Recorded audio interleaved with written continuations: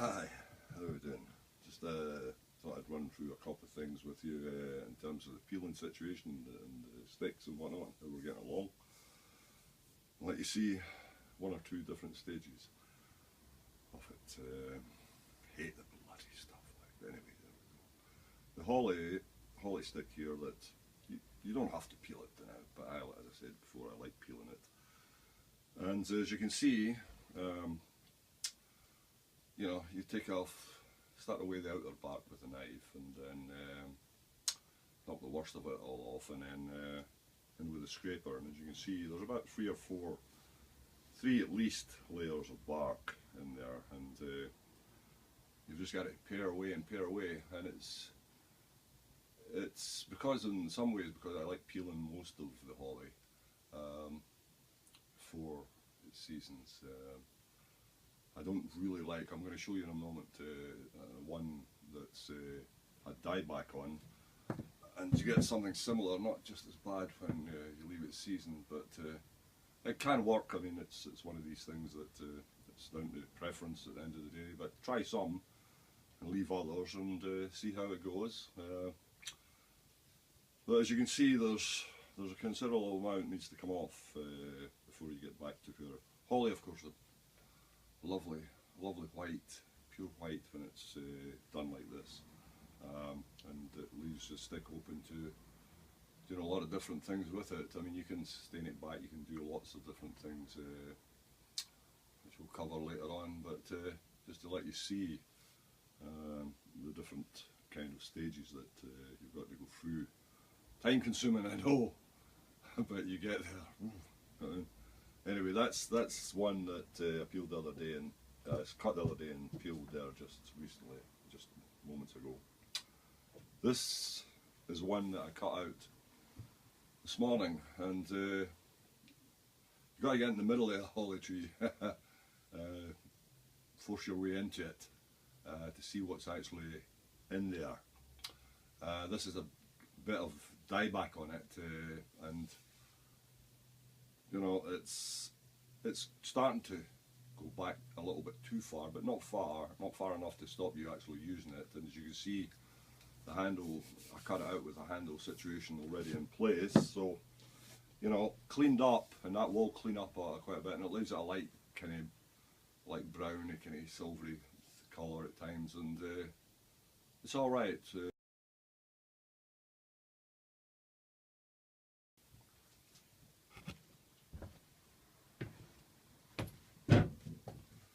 Sorry about that, interruptions, always something happening.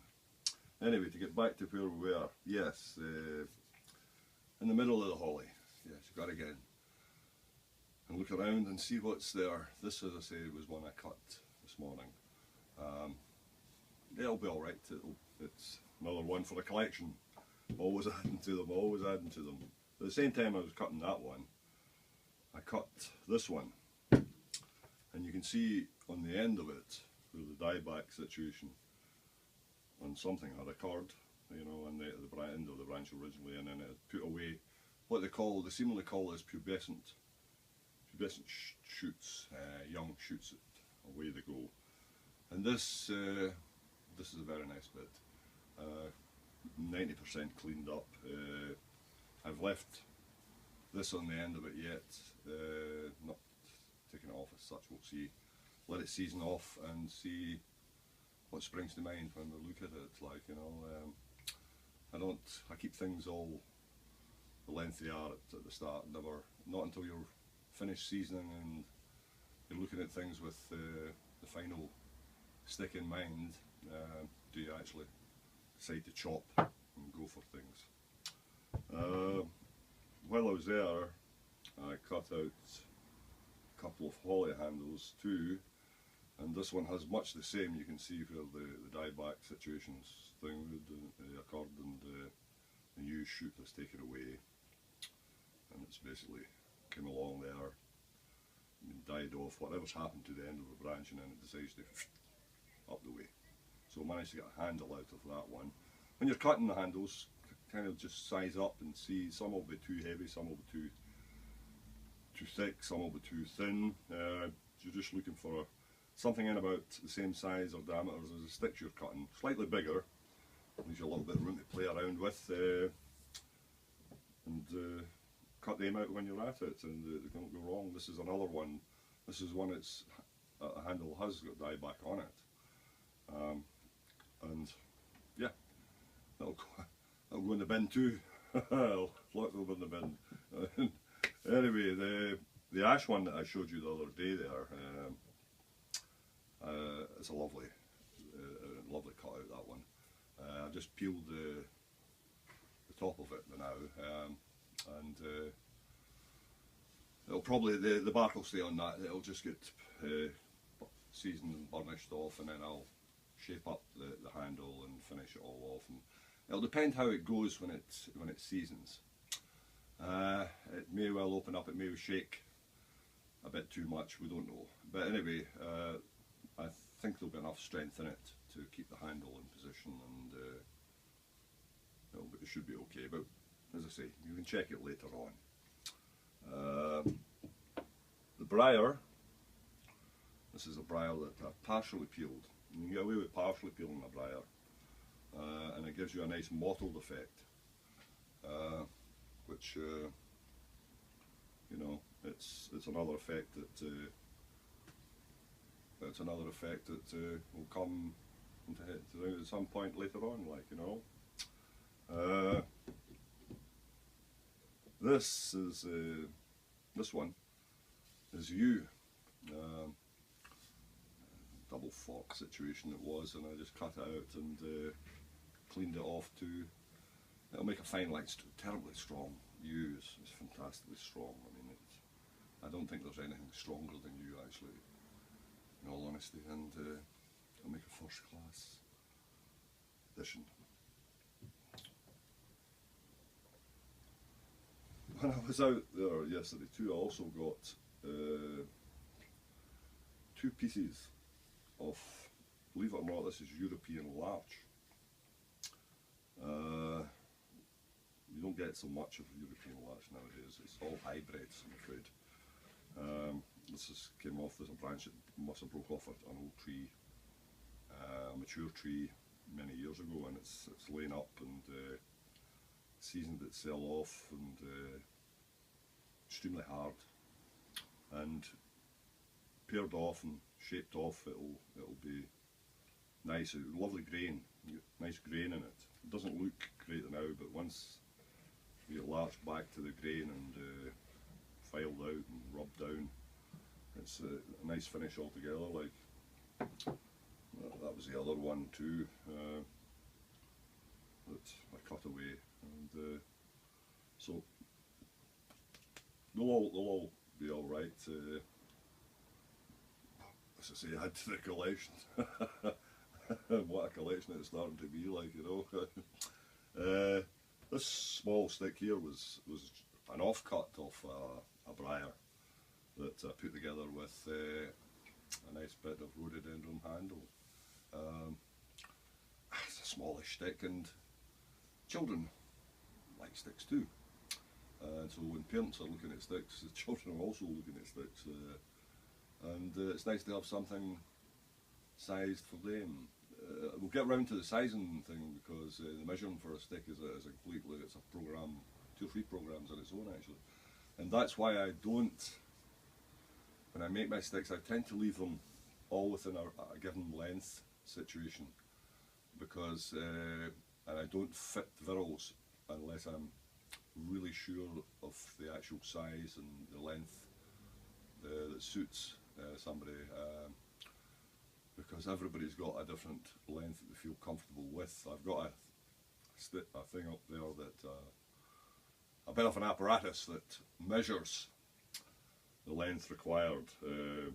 There's lots of things on it, but it works, so you know, but then there's always room for a bit of adjustment here and there. Just to finish on was, when I was also wandering around, I came across, this is a bit of rhododendron. You don't often get rhododendron as straight as that. I must have it. If I see it, I must have it, you know. And it'll be put by. say, it's not often you get a rhododendron that you could actually virtually just about not do a lot to get a stick out of. Right? But I'll leave the bark on now because rhododendron, when it's partially peeled, gives you a nice, can give you a nice speckled effect, and similar to the handle in a way, you can get that mottled pattern on it, and it's quite nice. It looks well. Right? So we'll leave that one and not do anything to it now, and we'll get back to it at a later stage. And we'll get back to the peeling, I think. We'll get back to the peeling. Oh, there's one other thing here that when you see shapes that will do, cut them out, as long as you're not damaging the tree or the shrub or the bush or anything like that, and you know, taking a small piece out of it sometimes is beneficial rather than, you know, damaging them. But this, believe it or not, is a bit of beech, and it's just got the shape. So, you know, once your eye's been trained for the shape, you know, give it full vent. It takes a while, but now, of course, I see them everywhere. It doesn't, you know, once you get into it, it's just your eyes are always looking. You're walking along, and it doesn't matter if you walk the same piece of road or the same piece of wood or the same. You will see something new every day. Your eyes become accustomed to looking for sticks. Once you've got the bug, your eyes become accustomed to looking for it. You must have them. You know, it's an addiction, I'm afraid. It's an addiction, and it keeps you busy. It keeps you occupied and saves you from wearying and that type of thing. It saves you from wearying, and it's good fun. As the wife says, it's an obsession at times, but there we go. It's not a bad thing to be obsessed and obsessed about anyway. Anyway, we'll leave it at that. I hope that was a little bit of interest to you, and we'll go back to finishing one or two of them off, and I think that'll do the day. I think that's it. It's a lonely business here. The son, he also does it back and forward with me, and occasionally himself. He likes. He's very good at it. He puts together some really nice sticks, but he's too young to. He's got other things on. He's a working man right now, and so he's got other than a joiner to trade, and a very good one at that. So he's kept busy. So he really hasn't got the time but I'm sure that it will at some point. But we'll see. Anyway, we'll leave that now. Catch you later.